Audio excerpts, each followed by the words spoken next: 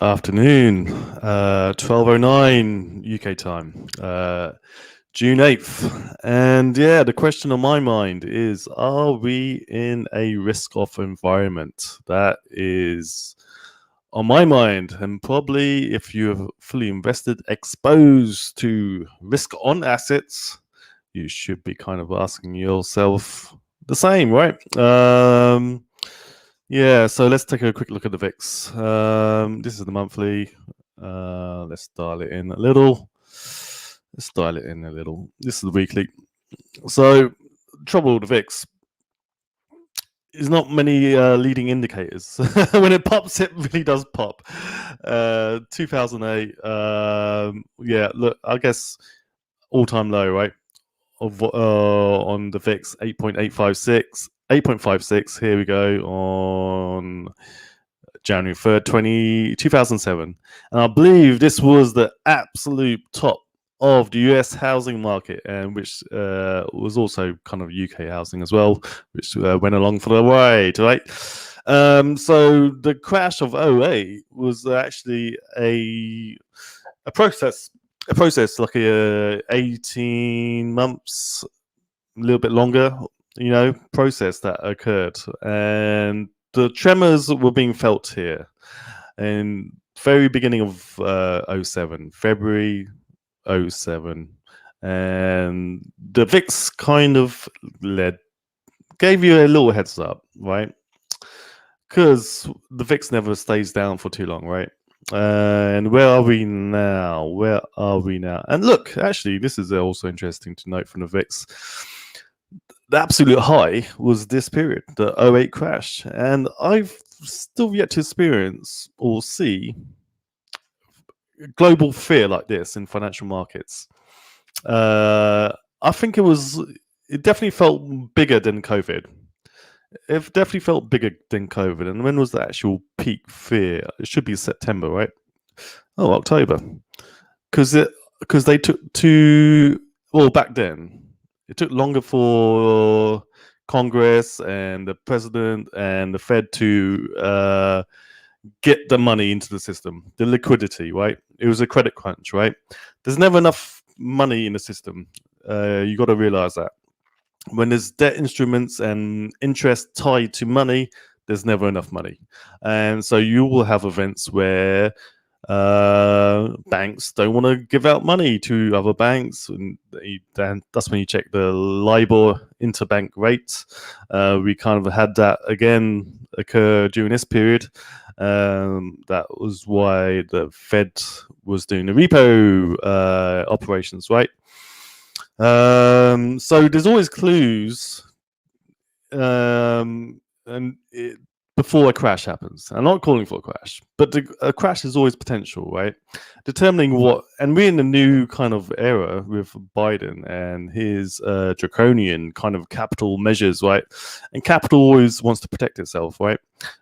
First rule of investing from Warren Buffett: don't lose money, right? Second rule, rule number one. And these money managers are generally risk adverse. They want to experience upside, but generally risk adverse. And sometimes that's why you see these major star hedge fund managers actually underperform the S&P quite often. But when they do actually overperform is during market corrections, when most people's portfolio gets cut in half. They generally often come out ahead, right? And that makes a huge impact to the long-term fund performance, right? Managed to avoiding the haircuts, the deep corrections. So Dalio, what is he? He's a student of the 1930-1945 kind of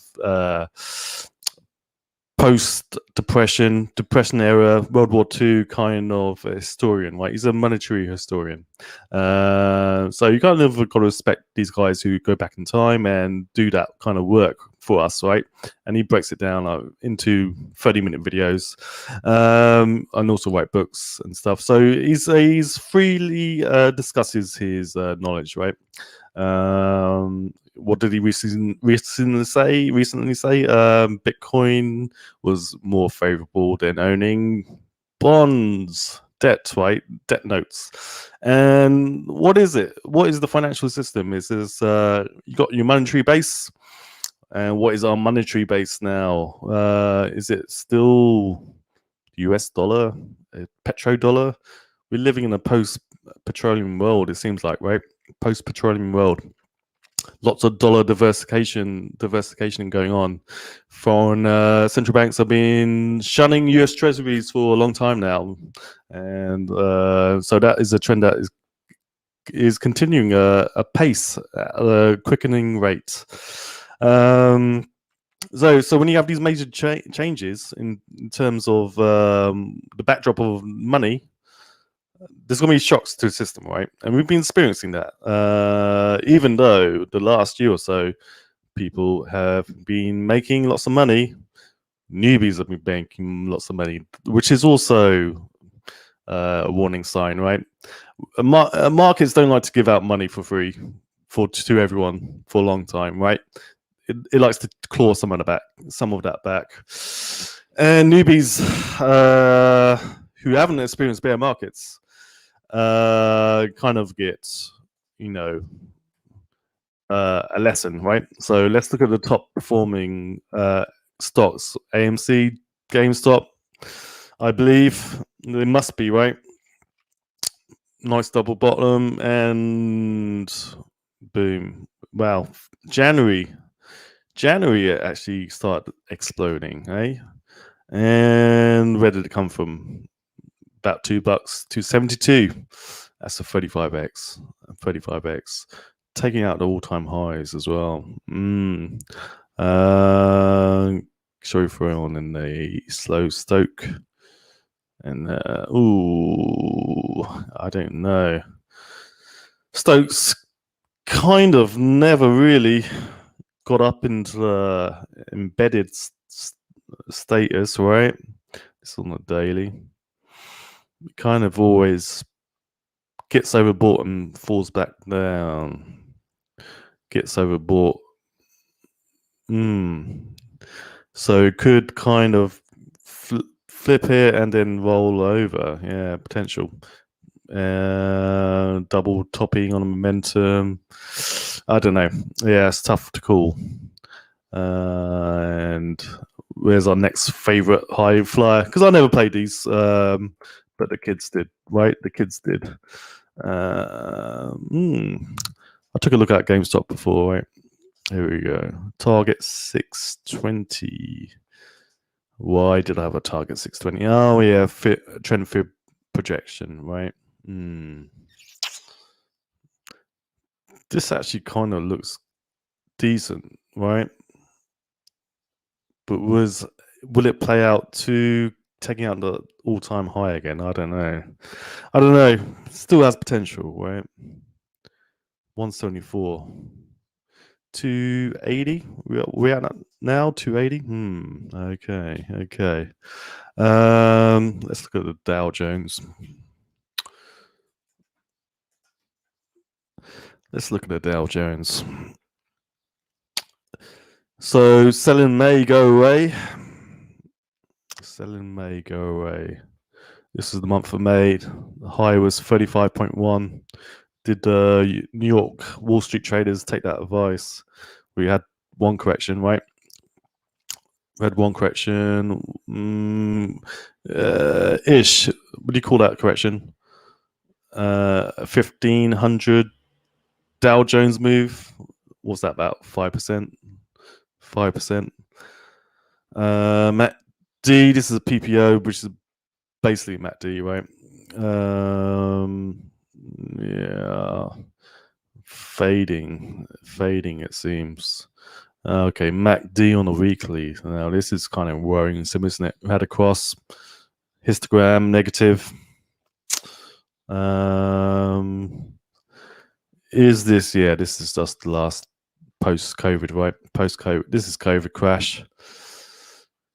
That was a deep one, wasn't it? That was a deep one. So could we just be witnessing a pullback to, the 200-day, 40-week moving averages, 200-day, and maybe a test of 29.6, 31, 32. Yeah, possible. Point and figure chart. This is about kind of just the price without time per se. Yeah, I'm not an expert on point and figure. No recent chart pattern found. Interesting, eh? So Bitcoin. Oh, here we go. What is this?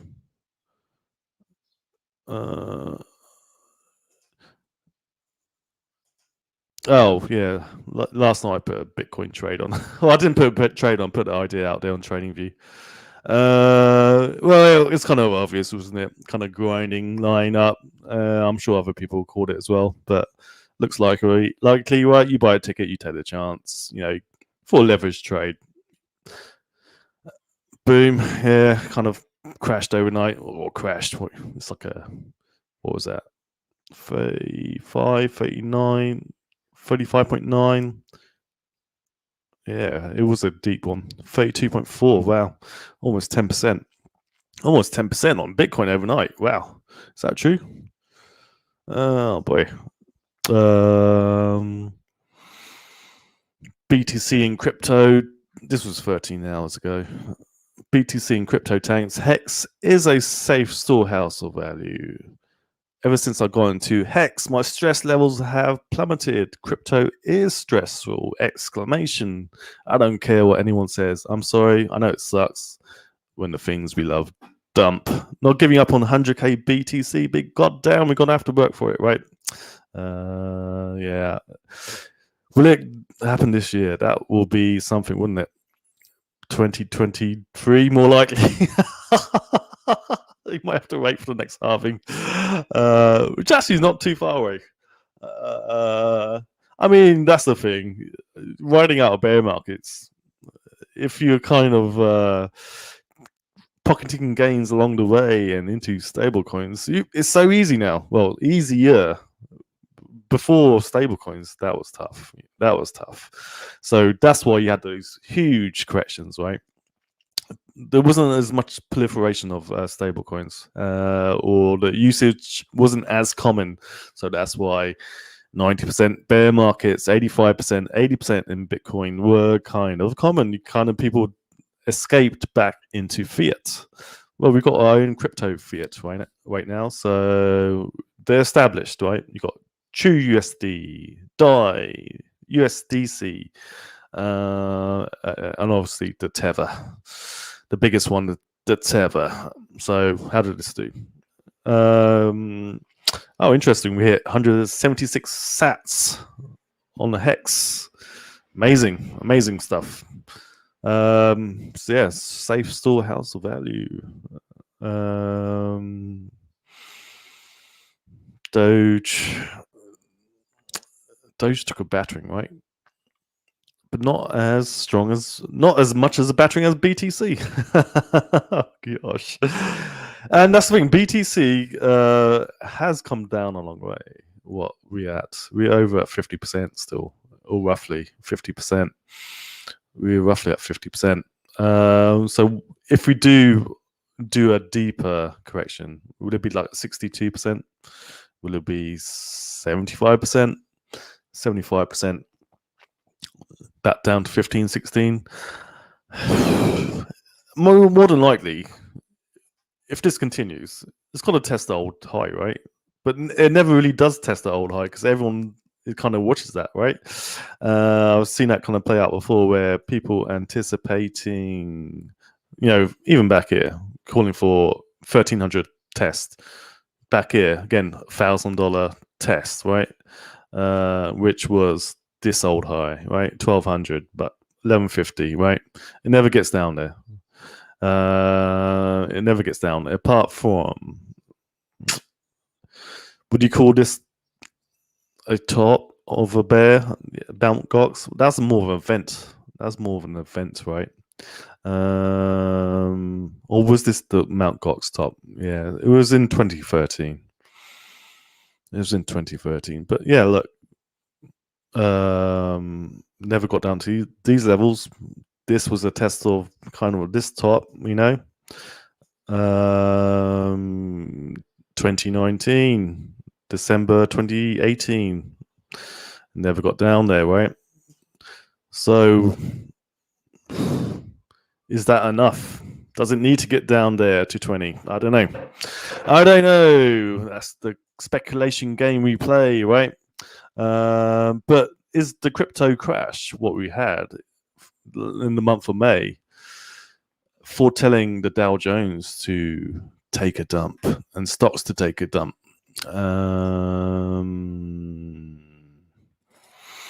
Where are we at on Dow futures? Dow futures.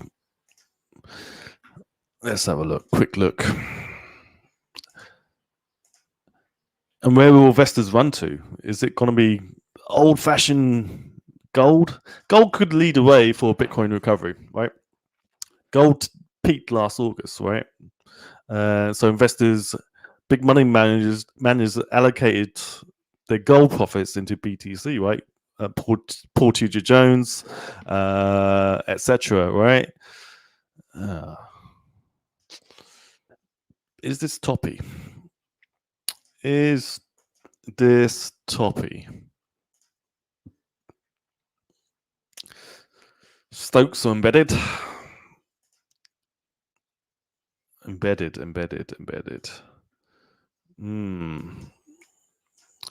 But at some point, you could almost do a double top. 34,862 roughly. So 1,500. Take away 1,500 from this. What are you looking at? 32.7, 31.7, 31.7. It's back down here. If it goes back down here, maybe tackle this kind of trend line I've kind of drawn. It's nothing fancy, just kind of, capturing the middle of the price action.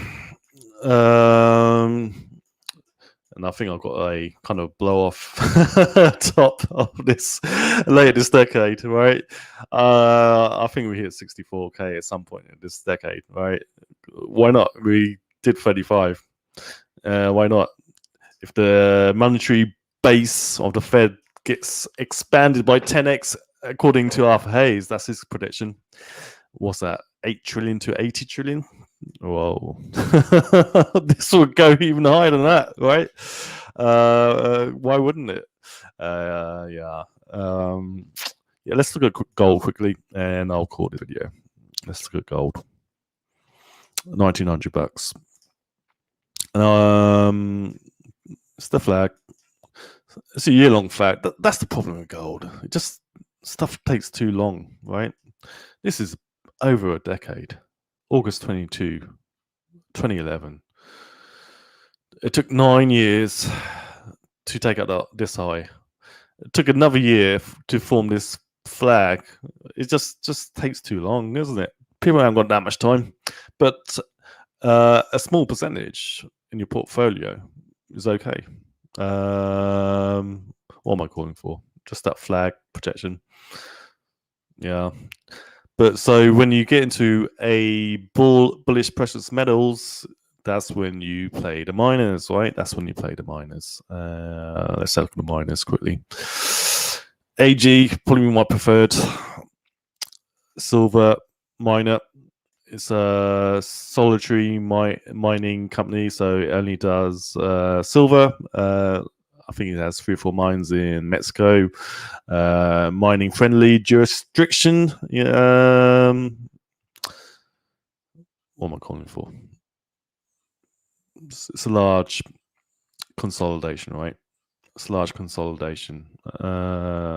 It's potentially signaling a big move. We've already broken out. So higher 24 should be taken out this year. I expect what, 30-40 bucks, 30-40 bucks this year. And these gold markets, bulls, This one is only what 2 years. The one in the is 03 to 07. It's about 3 or 4 years, right? So they don't last too long.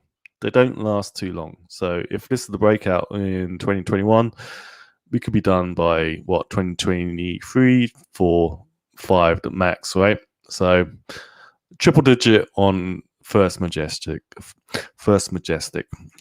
Yeah, take a quick look at Gold Eagle. I haven't been on this website for a long, long time. Russia to increase gold reserves on shift from US dollar. Yeah, so that trend is happening, right? Palladium, Dundee, weaknesses. Okay, gold drops from highest level in almost 5 months. Gold spot price. Okay, that's the thing. When you got used to crypto and crypto trading, these kind of moves just do not excite you, do they? Okay. Threats. Nuance CEO admitted that it's hard to find talent in the mining and metals industry right now. Yeah. A bunch of old guys, right? Competition with remote work, along with an increasing role of technology, is presenting challenges across the board. Ooh, gold supply shocks, maybe.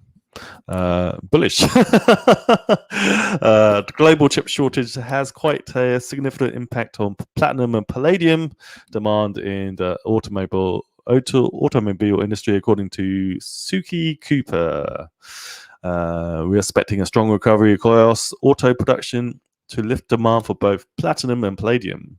But because of the chip shortages, recent estimates look like they will reduce auto production by about 2 to 3 million units in the second half of this year. Wow. Many ETFs continue to sell the gold holdings. Wow. Why? Why? Is that through redemptions? That's also being a contrarian. Can be profitable, right? Being a contrarian can be profitable. So if people are selling the gold, maybe they're buying the Doge. Could be time to get back into something tangible, right? There's not many tangible assets, right? If everything goes digital, you still need something in your hand, right? Taper talk is back. Ooh, is it just jawboning? Taper talk from the Federal Reserve is back in focus, but for now, it's all talk, right? No action. Former Fed, who cares about former Feds? Yeah. Transitory inflation. Any charts? No charts. Pictures are worth 1,000 words, Mr. Mike Gleason.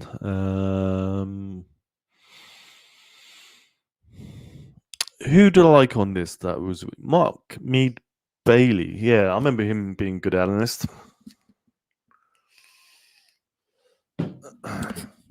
Let's take a look.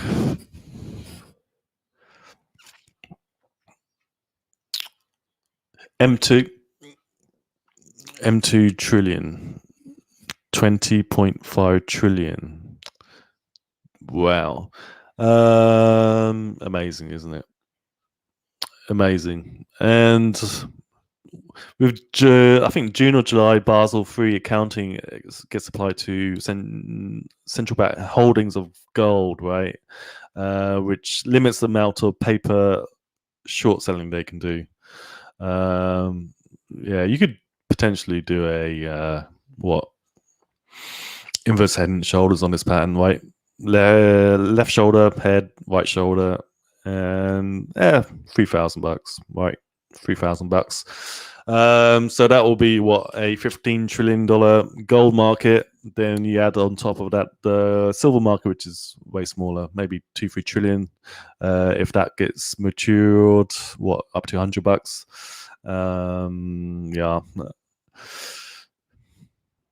Yeah, it's parabolic SAR, right? Gold silver ratio. This is interesting. Over 80x suggests silver too low. Yeah, so we're at 7.8 on the silver. 2021 forecast high 2401. Yeah, that makes sense. Again, Wow, 25% move.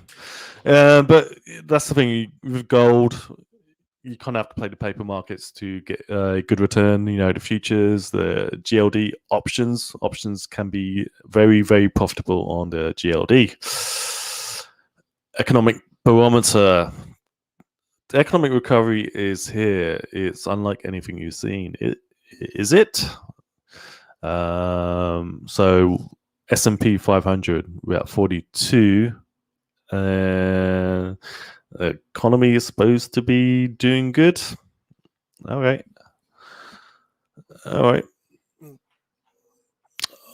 Okay, this is volume by price. Big node at 1896. Okay. Silver. Well, this is obviously it's going to have nodes there because of so limited amount of data. Oh well. It's gone down in my book. Mark. Yeah, it's okay. Oh, Mark J. London. If you got time, his articles are worth reading, but they probably take a good Sunday morning to read through, right?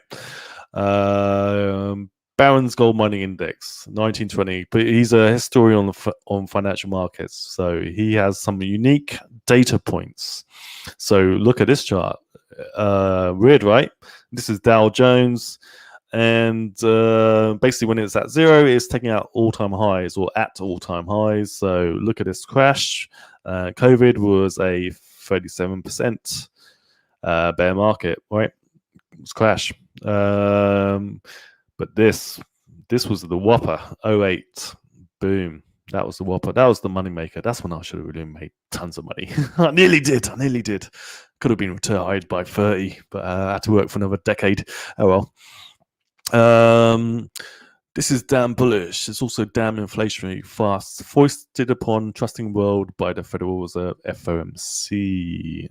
So, yeah, he always is kind of a permanent bear because these gold bugs, they just can't go over the fact of a monetary standard not linked to a precious metal. So I'm sure this is Lundin is I would say elderly fella.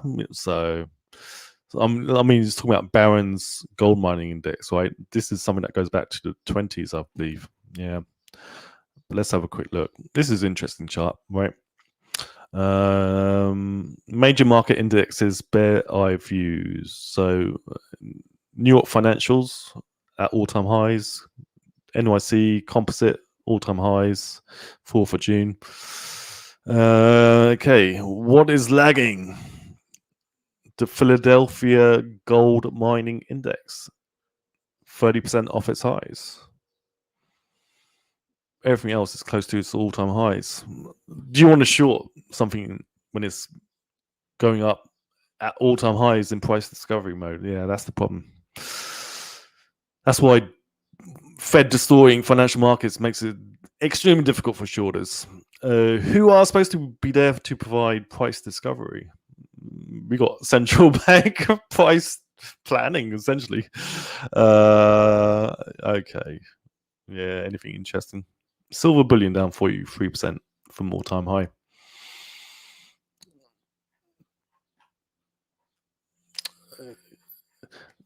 Yeah, some of these charts apply to some sort of crypto, BTC, ETH, Hex, or would be quite interesting. Dow Jones, this is a good chart from London. Dow Jones Industrial Average, 2% or greater daily moves, right? Increased volatility often is a marker of bear markets, right? So he's looking at the 1929 Great Depression, right? The crash, right? So 28th of October 1929, the Dow Jones went down 12.8%, and then followed it up with 11.73% move. Did they have a limit locked down at that point? I think this may have kind of introduced that, right? When they just close the market, when there's so much selling, overwhelming everything, they just turn it off, right? Just go home, get a drink, go to sleep, come back the next day, right? FDR Franklin, Delaware. Roosevelt declares a bank holiday on 9th of March, 1933. This was key. This is kind of introduction of social welfare, New Deal, right? A welfare state. But previous to that, the United States was kind of free kind of country, right? They've been tightening the grip around you ever since then. 6 days later, the Dow soars plus 15.34%. So you had two bear markets in this period, 1929, and I believe you had one over here as well. This is the largest daily advance in the Dow's history. Monday the 8th, 1941, the day after Pearl Harbor, Dow falls 3.5%. All these events are interconnected. So you need to, at some point, understand your history, including there's a chain from here, even today, right? And this goes back even further, right? Nothing is in a bubble. Okay, here's 1987. This is interesting. This is the first 40% Dow Jones bear market since 1942. That occurred in, 1974. See the cluster of volatility? Previous to that, hardly any volatility, right? Computers go wild in October 1987 crash. Look at that. 22.5% down on the SPX in a single day. SPY, S&P 500. The largest daily move during the October 2008 credit crisis crash was an up day. 13th of October 2008, up 11%. Yeah, that's why I remember this period.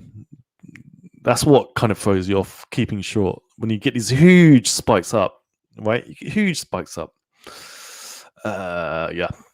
People have stopped thinking about the out of nowhere market crash on March 2020. Yeah, it's been over a year now. It's been over a year, 15 months. But something big, bad, and ugly was rising up in the markets early last year. Look at the streams here. Look at the streams. January 2020. Boom, boom, boom. Look at the streams in daily volatility for the Dow Jones from 14 months ago. Forgetting the volatility of 1987 above, which was from a computer program going stupid, a problem quickly corrected. Wow, just a single computer.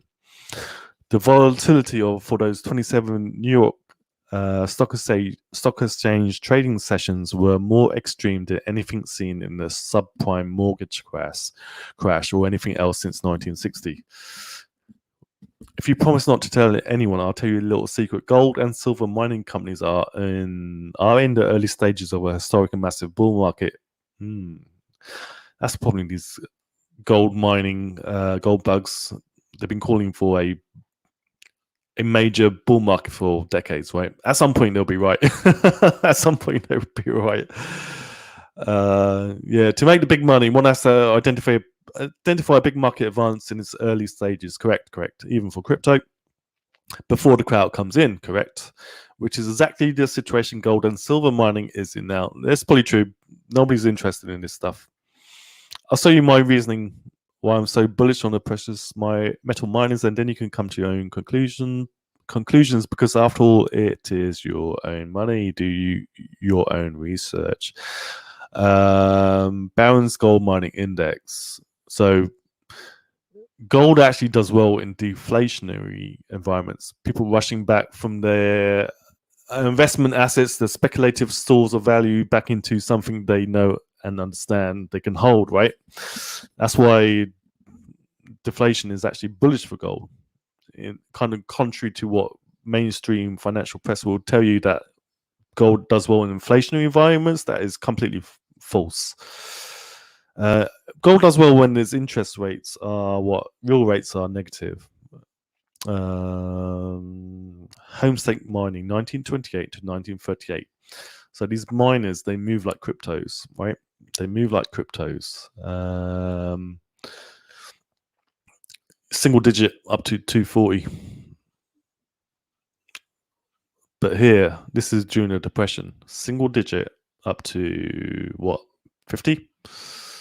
And decades of nothing. And then 70s, right? decades or nothing, then 70s from 50 to 240. That's a 5x in a few years, right? But oh no, this is just the start. Late 60s is just the start. Look at this now. This bull move is just that. This bull move is just that here. Look how high it explodes. 1,300 bucks. Peak gold. 07, 1,600. Well, miners have done well this year. Look at them. 400 to 1,100. I did not know that. That's interesting. Could you draw some sort of Elliott? 1, 2, 3, 4, just about higher than this. Yeah, I don't know. Yeah, it's kind of pushing it, right? But taking out this high, very, very likely, right? So what, 2,000? Are we halfway done on the miners, right? I don't know. All right. Lots of data from Lundin. Okay, one last guy. Jack Chan, great charts, simple charts. Jack Chan's BP gold. What is that? BP gold. Some sort of indicator, right? Okay, our proprietary cycle indicator is up. Okay. Investors. During a major buy signal, investors can accumulate positions by cost, averaging at cycle bottoms. Yep, that's a good idea. Ideally, when prices are at or near the daily 200 EMA. So this is a gold bucks index, which these are mining companies which have unhedged prices when they sell their bullion. So, which means they should overperform miners that are hedged, right? That's what that means, because they can maximize the profits of a rising commodity, silver and gold. You got some sort of bottom, right? So a projection of what, 400. That's incoming. Yep. GLD uptrend, highs, lows, golden cross, maybe some corrective move, but so a little wiggle and then take off, right? GDX. Again, is just waiting for the averages to catch up potentially, right? So maybe wiggle around for a little while, then take off again, right? All right. Oh, this is good. It's cot data. Cot data. So you got 100K change in open interest of the contracts, right? Again, about 60, 70K, 65. Yeah. Okay. So he's looking for potential next top, maybe, and then a pullback and take off. I don't know, something like that. COT data is favorable for overall higher gold prices. Maybe there's lack of interest. Maybe there's still not enough buyers coming in, right? Yeah. 1950 next resistance. 45 on the GDX. Oh, this is nice. GDX met support and has resistance at 90. Ooh. This could be very profitable. That's the Canadian mining index. Cup and handle. Yep, cup and handle. 70. Take us to 400. Nice. All right. I think I'm going to call this video there. Boom. Cheers, guys. Thanks. Balaji.